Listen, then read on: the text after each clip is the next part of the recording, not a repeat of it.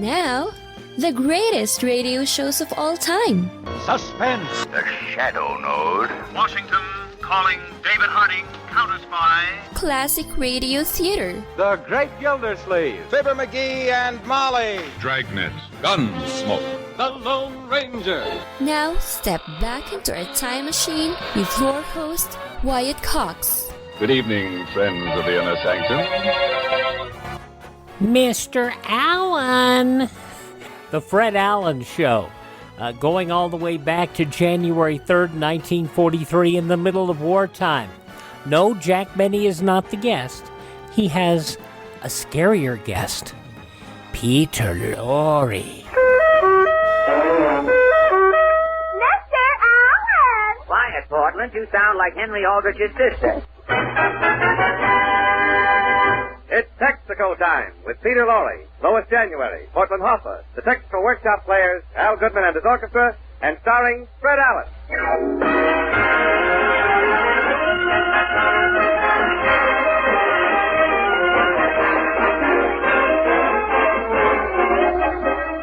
This past week, ladies and gentlemen, the New Year arrived. Tonight we bring you a man who tried to see the New Year in, but couldn't locate it on account of the dim out. And here he is, Fred Allen.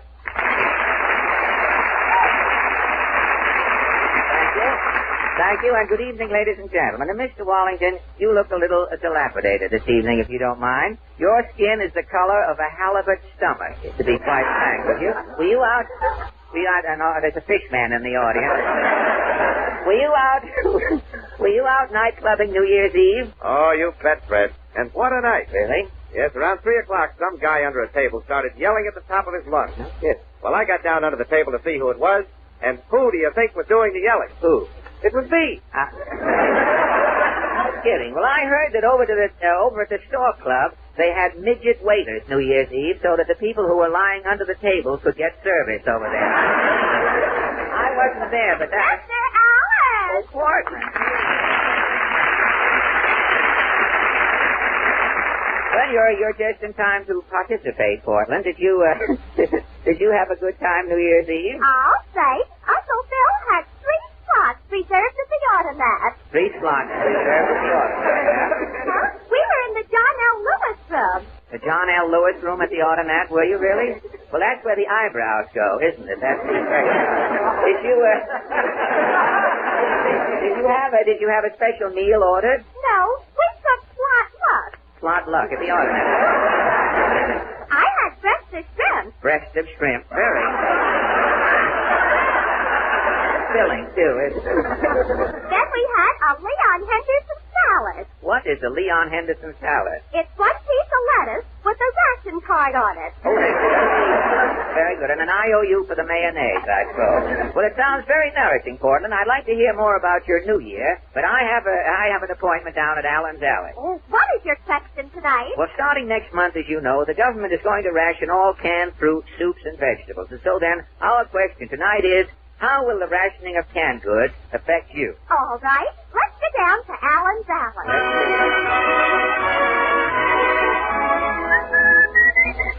Well, here we are in Allen's Alley, Portland. There's a light in John Doe's house. Say, John must be in. I'll knock. I knew it. It's you again. Yes, Mr. Doe. Well, make it snappy, brother. I'm in the middle of a solitaire game, and I think I got myself cornered. No kidding, have you really? Well, tell me, Mr. Doe, is this rationing of canned goods going to bother you? I never buy no canned stuff. Well, what? You don't really? Well, what do you use for food? Well, me and the wife eat the same 3 meals every day. The same meal? Yeah, for breakfast, we both eat 3 pounds of dried prunes. 3 pounds of dried prunes, sir. For dinner, we both drink 2 quarts of water. Well, what do you have for supper? Nothing. We just sit near the fire and swell.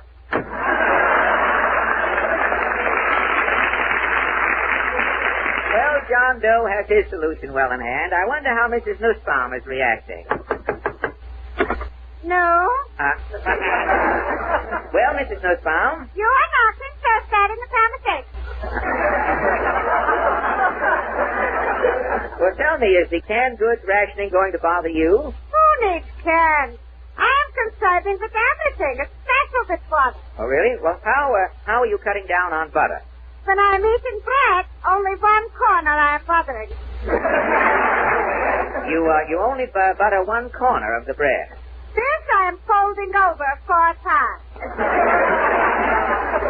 And? Then I'm eating. Well, how does it taste? The first 5 minutes it is tasting like bread. The first 5 minutes, yes. But when you're coming to the butter, Yes. it is simply delicious. Well, tell me, do you understand the point system of rationing the government is starting next month? This is altogether simple. Oh, really? How does the point system work? You're going into a store. Yes. You're wanting 2 pounds coffee. Yes. You're pointing to the coffee grinder. Yes. The grocer is pointing to an empty shelf. Yes. You are pointing to your rationing book. And? The grocer is pointing to the bar.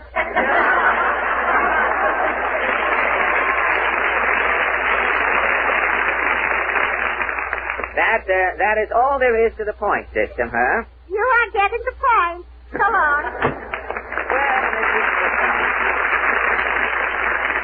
Mrs. N has everything under control. I wonder how Socrates Mulligan is taking it. Yeah. Well, Doc, how about this? You look like a man from Lowell I knew in better times, old boy. Doc, how about this canned foods problem? Oh, what chance? I don't eat nothing but meat. Well, you don't eat anything but meat? Nah. You're carnivorous, in other words. Yeah.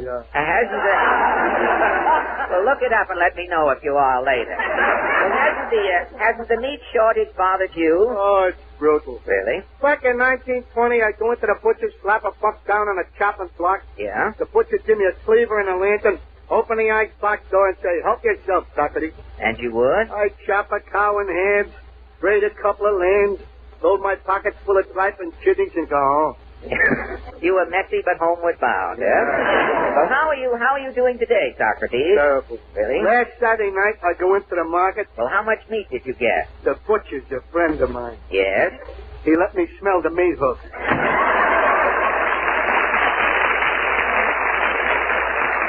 that's probably why he has... here we are, our last stop in Allen's Alley. Tally-ho and yoicks away, Falstaff prime for his paper day. Well, I hope you're giving up poems for the New Year, Falstaff. I am just closing out my old year special. Oh, now look, I'm not... Have you heard? She said you can't, you couldn't be ruder, as I toyed with the fin on her barracuda. No. Or, said the little calf to the big giraffe, when I look at your neck, I have to laugh. No. When I first saw Mother's bustle, I thought it was a muscle. Now, wait. That has definitely done it. Tonight we are discussing the rationing of canned goods. Precisely why I am here. Once again, I have written a poem. Oh, what is your canned goods poem called? The world needs one big can. Well, how does it go? I've been working day and night to perfect a mighty plan. For to me it's quite apparent that the world needs one big can. If we'll all cut down on canned goods, the sooner the war will win. Our soldiers can use the extra food, and Uncle Sam can save the tin. And with that tin, old Uncle Sam could call on every man to melt and mold and shape the tin to make the world one can. We can only use the biggest can. We can't use one that's littler. And when Uncle Sam has made it, he can tie that can to Hitler. Yep, the days of World War II food rationing. January 3rd, 1943. Fred Allen here on Classic Radio Theater with Wyatt Cox on your favorite station. Thank you for tuning in to Classic Radio Theater with Wyatt Cox here on your favorite station. Now more of The Fred Allen Show with his guest Peter Lorre, January 3rd, 1943.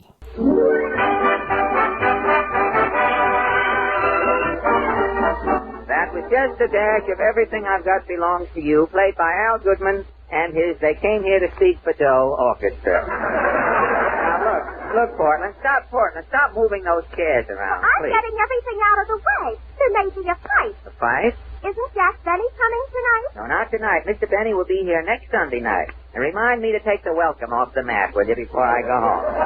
Who is our guest tonight? Our guest is Peter Lorre. I'll see you later. Now, wait a minute. Come back here, Portland. What's the matter? In pictures, Mr. Lorre is always killing people. I'm frightened. Well, I hope he kills the audience here tonight. Why, Peter Lorre won't... Come in.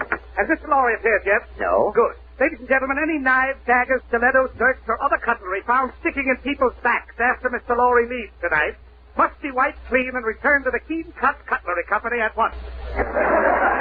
These utensils have merely been loaned to Mr. Lorre. Remember, just because it's in you, it doesn't mean it's yours. Well,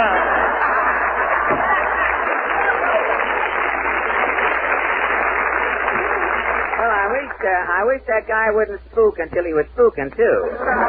Mr. Allen, I'm trembling. You're trembling. I'm shaking like a crapshooter's sleeve here.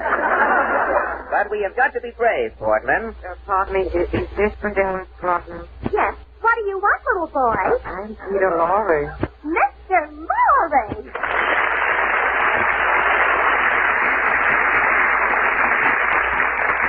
Mr. Lorre, this is Fred Allen. Oh.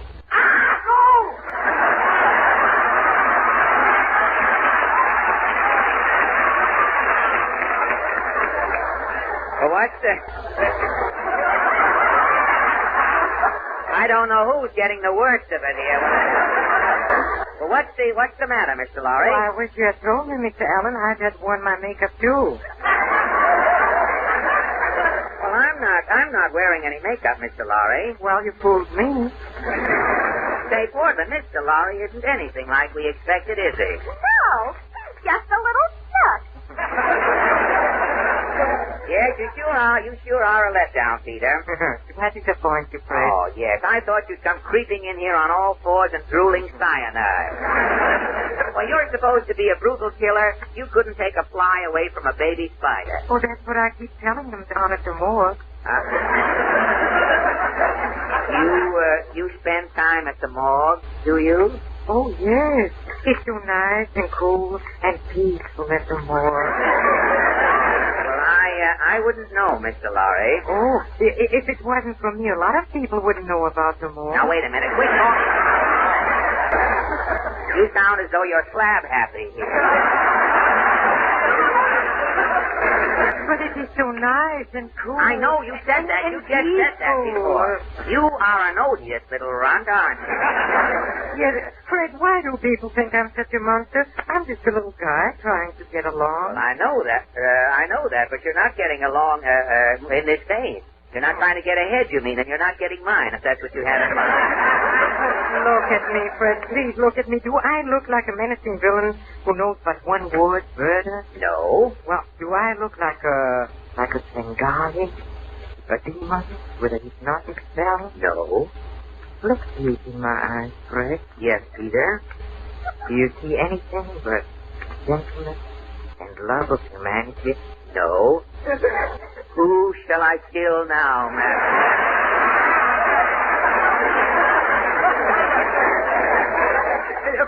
Please stop joking, Fred. I am serious. Well, then be careful with that gremlin look there, Peter. I am very susceptible. For a minute there, I had that old commando feeling. Oh, if only the world would realize that I'm just an average man and not a mad, twisted creature. Well, I know just how you feel, Peter. You know, if people only knew the story of my life, they'd feel sorry for me. Yours is a sad story, is it, Peter? Sad. When I was 3 years old, I was an orphan. No father, no mother. Oh, you poor kid. What happened to your father and mother? Oh, I killed them. Oh, you unfortunate child. Who brought you up? Well, I went to live with my aunt and my uncle, and 2 weeks later I was homeless. Homeless? Yes, the house burned down. Peter, you didn't... Oh, no. My aunt set fire to the house. Your aunt? Yes, I set fire to my aunt.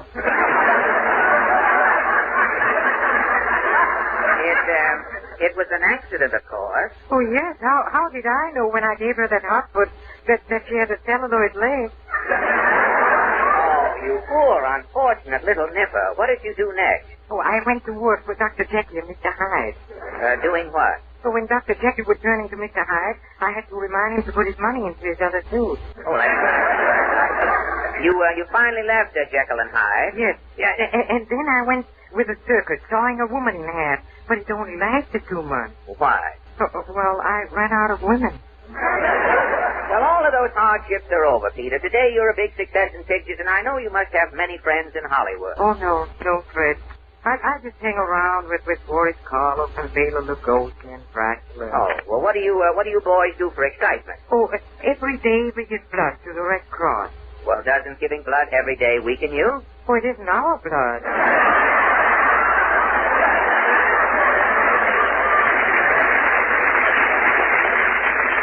I'm sure that now you've opened your heart, people will understand you. I know that among our more morbid listeners, you have made many new friends tonight. Oh, I hope so, Fred, and I want to thank you for letting me tell my side of the story. From now on, the people will know that you aren't always the villain. They'll remember you more kindly as the famous Mr. Moto. Oh, you see, as Mr. Moto, I was the world's greatest Oriental detective. I beg your pardon, Mr. Lorre. Mr. Moto was the second greatest Oriental detective. Huh? The world's greatest Oriental detective is One Long Pan.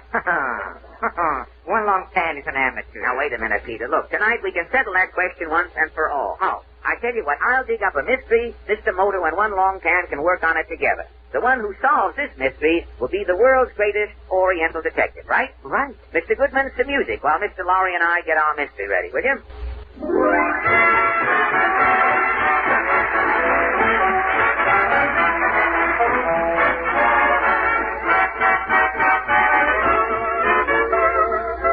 And now, the battle all crime lovers have been waiting for.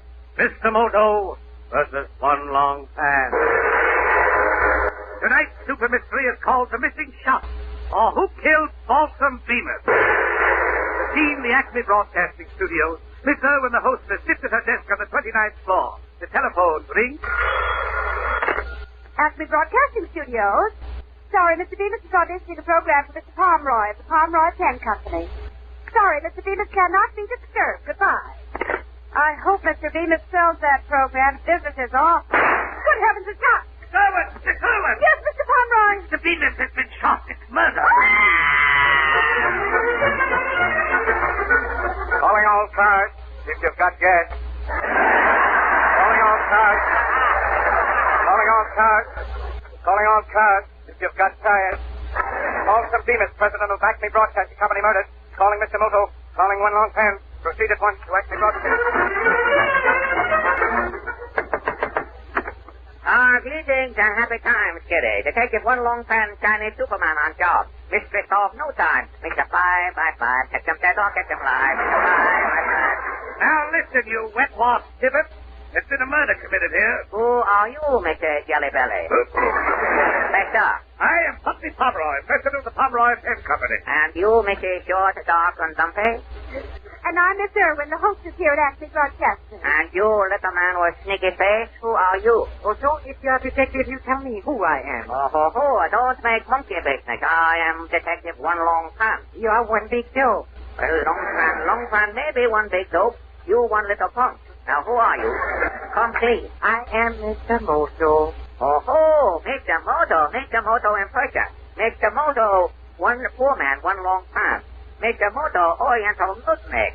I'm a Yankee to the dandy. I'm a Yankee to the boy. Moto? Now listen, will you two guys stop chewing the fat? Yes, why don't you both solve this crime? Say, that's a good idea. Make it a competition.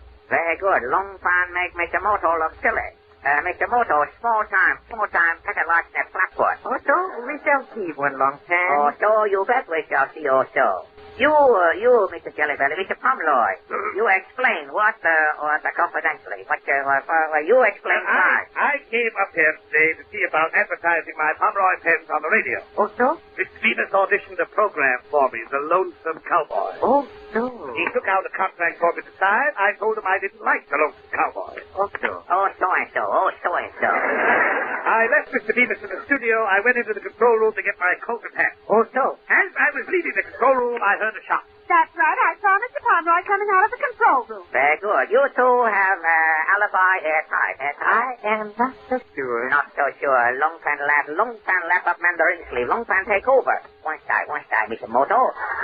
Maybe learn something. Don't you want to examine the body, Long Pan? Examine body. Beginner routine. Sanctum stuff. Examine body.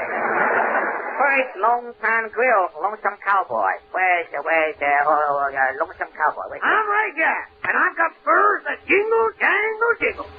Long Pan elect you for murder Balsam Beamish. Well, you're loco, Coolie. Why should... Hey, our gun's gone. You bet. Your gun maybe shoots Mr. Beamish.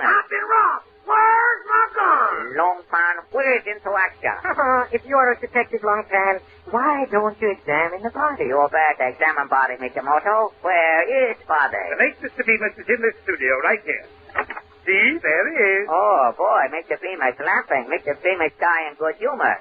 Just beat victory tag. Die in very good humor. You couldn't do this sketch today, January 3rd, 1943. Fred Allen on Classic Radio Theater with Wyatt Cox. The conclusion follows these important messages.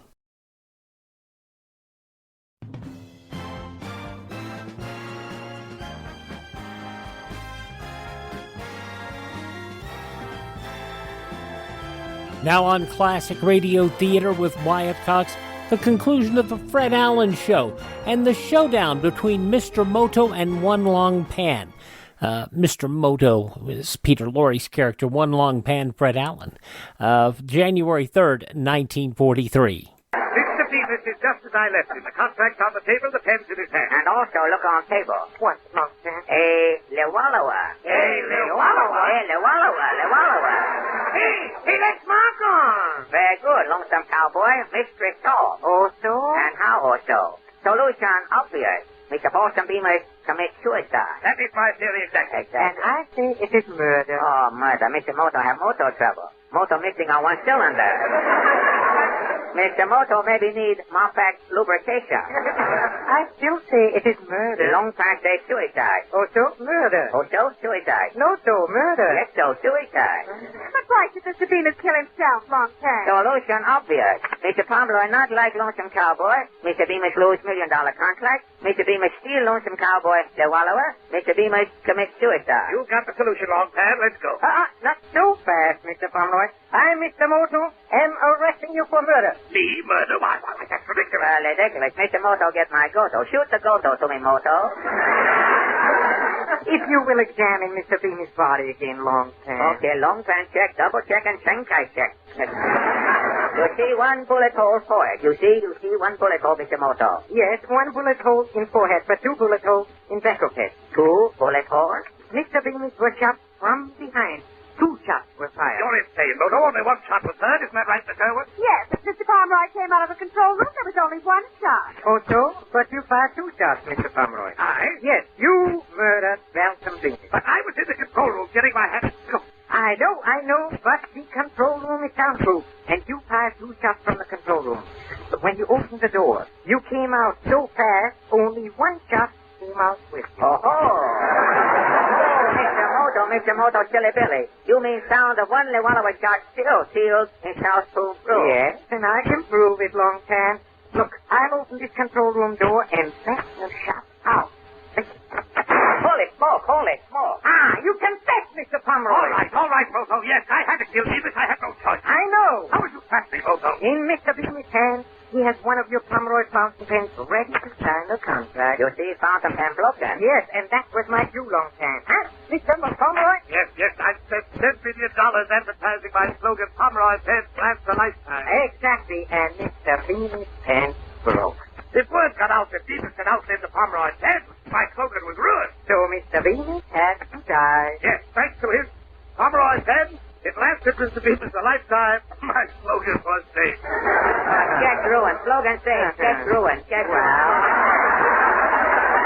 Moto, full fast one. Mr. Moto make Long Pan look like stumble bump. Full fast one. This proves Mr. Moto is the better detective, Long Pan. There is no murder that Mr. Moto cannot solve. Oh, no, Mr. Moto? Boo, Long Pan, put down that gun. Oh, yes? Yes, one murder, Mr. Moto. Never solved. Oh! Now, Mr. Moto, who killed Mr. Moto? No answer, you bet. Only Long Pan know who killed Mr. Moto. One Long Pan still. World greatest oriental detective.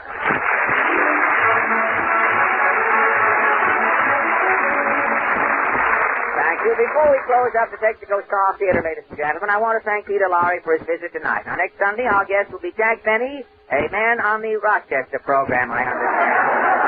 Now, Jimmy, have you any last words? Last words? A couple, Fred. Your first car will have to last, so make sure that it gets the Texaco dealer's regular service. Yes, Jimmy. Mileage rationing saves your tires, completes the job, and saves your car by keeping your Texaco dealer regularly. This is Fred Allen speaking for Texaco dealers from coast to coast and inviting you to drive in at any time. Remember, You're welcome. Good night. This is the Columbia Broadcasting System. From January 3rd, 1943, Fred Allen here on Classic Radio Theater with Wyatt Cox. Well, it's a sad day in Pine Ridge, Arkansas, as lum-n-abner have dissolved their partnership. Yeah, that's not good. Lum has gone his way and is owning the Pine Ridge Planetarium, that is the motion picture house, and Abner has taken over full ownership and management of the Jot 'em Down store. Let's see how this winds up in this episode of Lum-n-Abner. This is from January 3rd, 1944.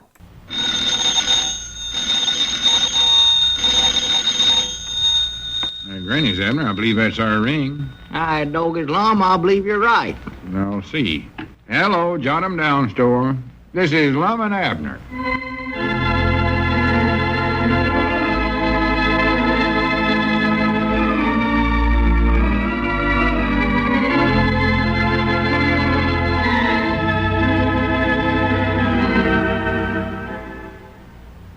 Now, let's see what's going on down in Pine Ridge. Well, now that the old fellows have come to the parting of the ways, with Lum taking the moving picture theater and Abner retaining the store, it looks as though Lum has gotten the better end of the deal. So far, Abner has not even been able to hire anyone for an assistant. As we look in on the little community today, we find Abner in his Jot 'em Down store and library. Cedric is just entering. Wonderful world. Oh, howdy, Cedric. Come on in. What was you want to see me about, Mr. Abner? Huh? You called up Mama and told her you want to see me about something. Oh, yeah, that's right, Cedric. I might not forgot I called you. Tell you, I'm just so mixed up here without Lum. I just can't hardly recollect what I am doing. Mixed up, are you? Oh, yeah. How come you and Mr. Lum separated yourselves from one another? I don't know, Cedric. Thought you fellers was partnerships for keeps. Well, I allowed that myself, but the other day me and him got to arguing, and he wanted to sell the store to raise money to make the picture show bigger, and I just couldn't agree to that. And then, well, the first thing I knowed, why, I'd swapped him my half the picture show for his half of the store here. Yeah, I heard about... Papa said you made a mistake, too. Huh? I heard Papa say that to Mama at breakfast this morning. Said you made a big mistake not keeping the interest in that picture show. Yeah, well, I reckon it's all over town now, what a poor business head I am. Just plain ignorance, that's my trouble, I reckon it is. Lum tried to tell me I never had no business judgment, and just looks like he was right. Well, why don't you get your part of that show back again, though? Well, it's too late now, Cedric. The deal's done made. Both of us signed a legal paper at Lum drawed up. Oh, well, Papa said you made a mistake. Well, don't keep telling me that, Cedric. Well, that's what he said. Well, that's all I hear everywhere I go. Even my own woman says I done wrong. She claims that I ain't progressive like Lum is. Says I'm in a rut. I'll never get nowhere. Well, that's what Papa says, too. Says you made a mistake. Yeah, about all I can do now. Just try to make the best of it, I reckon. Leastways, I got the store, and I can make a living out of that. Or a little bitty living, I reckon. Yes, Mom. That's, I don't believe you got any more sense than Gidcombe. Well, I don't know, Cedric. I don't appear to have much, I'll admit it. Yeah, about the best I can expect to do is just barely make a living. Poor businessman like I am. Well, what was you want to see me about, though? You never did say. Oh, yeah, well, I just wondered, Cedric, if you'd like to work for me here in the store. Gosh, I don't know, Mr. Abner. I got to get somebody. Can't run it all by myself. Why don't you get Gidcombe? Well, I don't know. Don't know where he's working or not now. I was sort of aiming on getting Grandpappy Spears, but he claims that he has to rest up during the day. He says he saves his strength to play that player piano over at Lum's picture show overnight. Gidcombe make you a good man. Yeah, Grandpap says pumping them pedals is uncommonly hard work. Says it takes a lot out of him.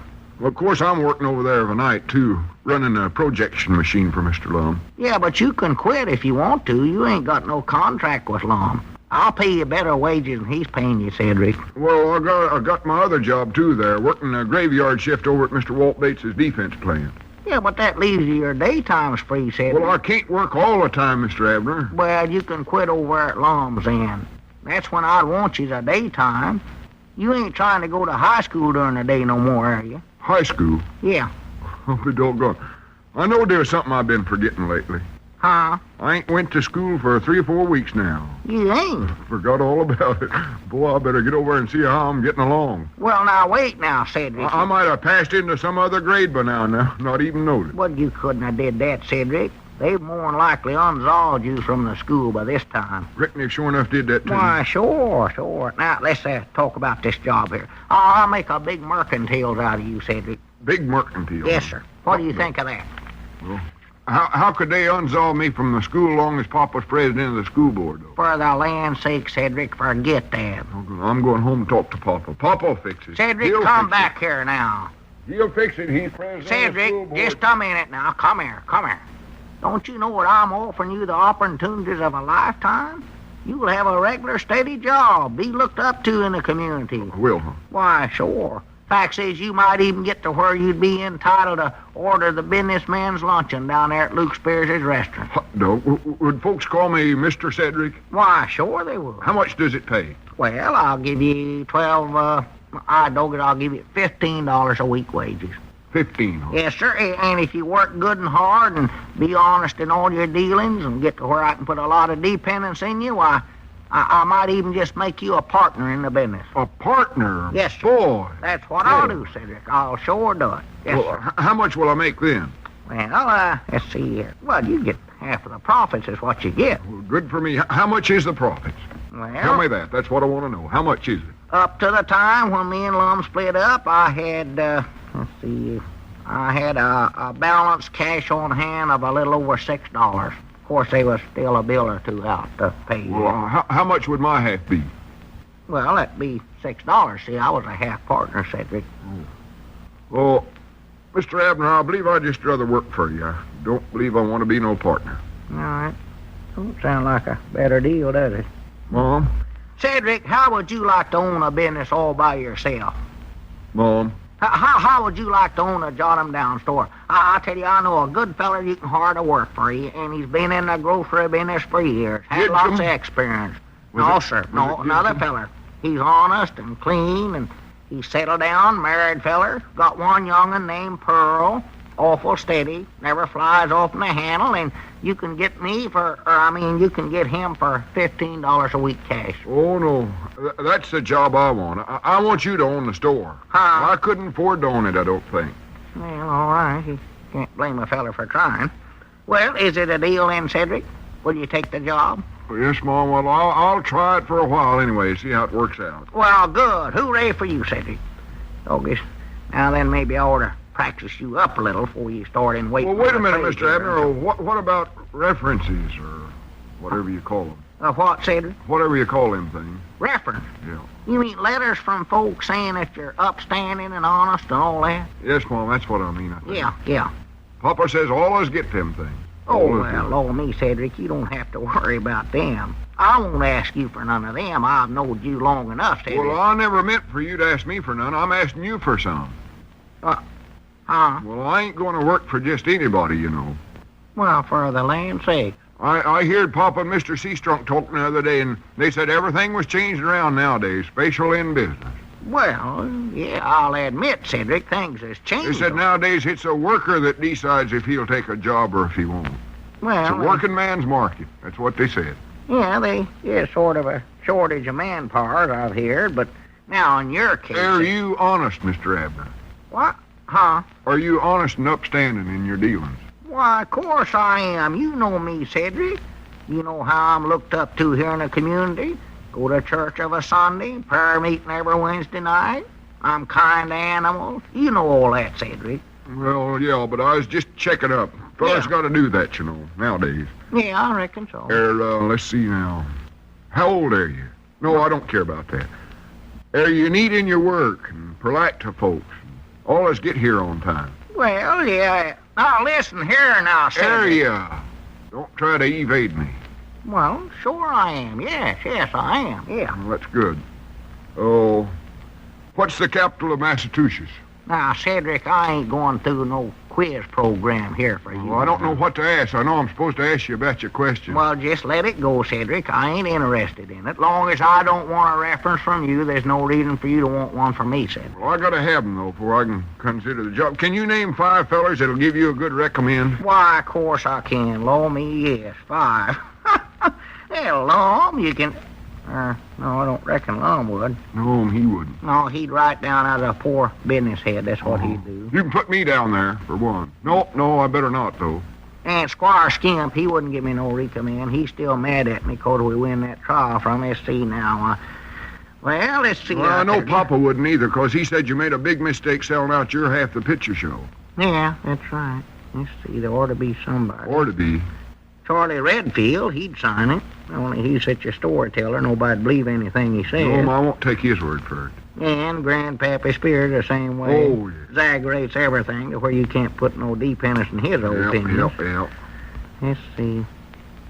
Doggies, there just ain't nobody here. Cedric, are you sure I need to get 5 recommend? Couldn't you cut that down to, say, about, 3? I don't know, Mr. Abner. I oughtn't to do it, I don't think. Yeah, but me and you are such good friends, Cedric. We've been pals for a long time, you might say. Well, I'll cut it down to 3, then. Well, good for you. Doggy, that's mighty thoughty of you. Go ahead and name the 3. Who are they? Well, how about making that 2, Cedric? 2? Yeah, I know good and well I can get 2. Me and Elizabeth. She'll give me a good wait a minute. Doggy, she thinks I done wrong about that picture show, too. Way she's jawing at me at breakfast this morning, I'm afraid she wouldn't cast no compliments at me. Well, it just looks like you can't get no recommends, Mr. Abner. Yeah, doggies, it sure does look that way. Yeah, I'm afraid I'll just have to look around for somebody else. Somebody that's better thought of in the community and all. Well, be honest, I don't blame you, Cedric. I'll keep you in mind, though. I wish you would. Yeah, if some little old job that I think you can handle turns up, I'll let you know. Well, that's awful thoughty of you, Cedric. Yes, Mom. You drop back in a few days and see how things are. All right, I will. Much obliged to you. Oh, tut, not at all, not at all. Proud to help you. Yeah, well, so long. Yeah, so long. Oh, I can never go home and face Elizabeth. Here I am, complete failure. Howdy, Abner. Whereabouts you going? Oh, howdy, Grandpa. Where you heading for? Oh, I don't know where a feller like me can head for. Out of work, can't get no recommends, can't get no job. What do you mean you can't get no job? Well, I just in there Hey, doggies, wait a minute. What am I doing out here? I was the one that was harring him. Hey, Cedric! Cedric, get out of my store there!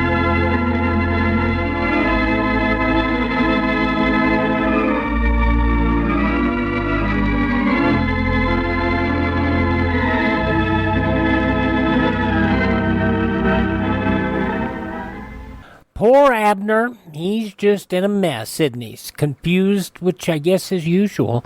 January 3rd, 1944. Lum-n-Abner here on Classic Radio Theater with Wyatt Cox. If you're of teenage or up, a loyal American, male or female, your country needs you in the Civilian Ground Observer Corps. You've heard the radio broadcasts, seen the television pictures. You know the facts. You know what a single H-bomb dropped in any metropolitan area could do. And today's long-range bombers have made intercontinental war possible. Enemy planes based on the other side of the world could reach the United States in a matter of hours.